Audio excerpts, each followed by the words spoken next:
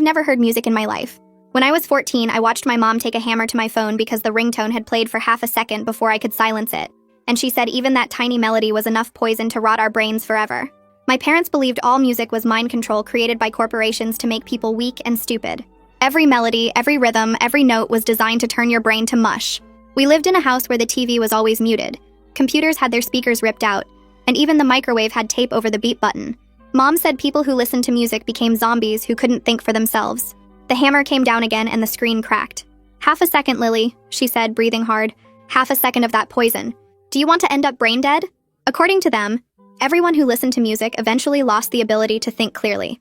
That's why the world was so messed up. Because everyone was walking around with music-rotted brains. Going anywhere meant stuffing industrial earplugs deep until it hurt. Mom checked each of us before we left the house, yanking on the orange foam to make sure they were seated right. The grocery store killed me because I knew there was music playing overhead, but the earplugs blocked it completely. Back then, I still believed my parents. But some part of me was desperately curious about what we were being protected from. I'd catch myself straining to hear something, anything, through the foam. Dad had a whole philosophy about it. He'd give us lectures during silent dinners about how humans were meant to live in natural quiet, how music was invented to make people docile and controllable.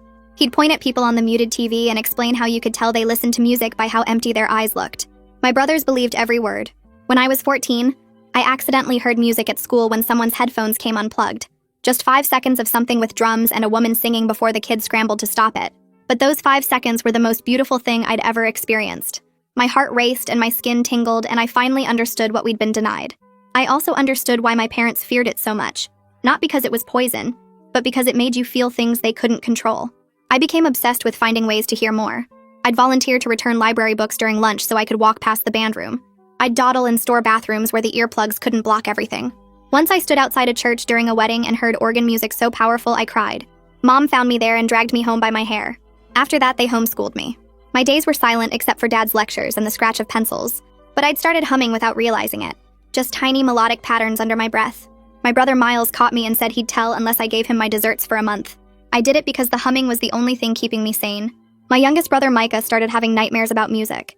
He'd wake up screaming that songs were chasing him, that drums were beating inside his head. Mom praised him for being so vigilant against the poison even in his sleep. She didn't see what I saw. A 7-year-old so terrified of something beautiful that his own brain was torturing him with it. When I was 16, our situation got worse. A new family moved in next door with teenage kids who played instruments. Even through our soundproofed walls, you could feel the bass vibrations. Mom went over there daily to beg them to stop destroying our minds. Dad started looking at houses in rural areas with no neighbors for miles. My brothers wore earplugs constantly now, even eating with them in.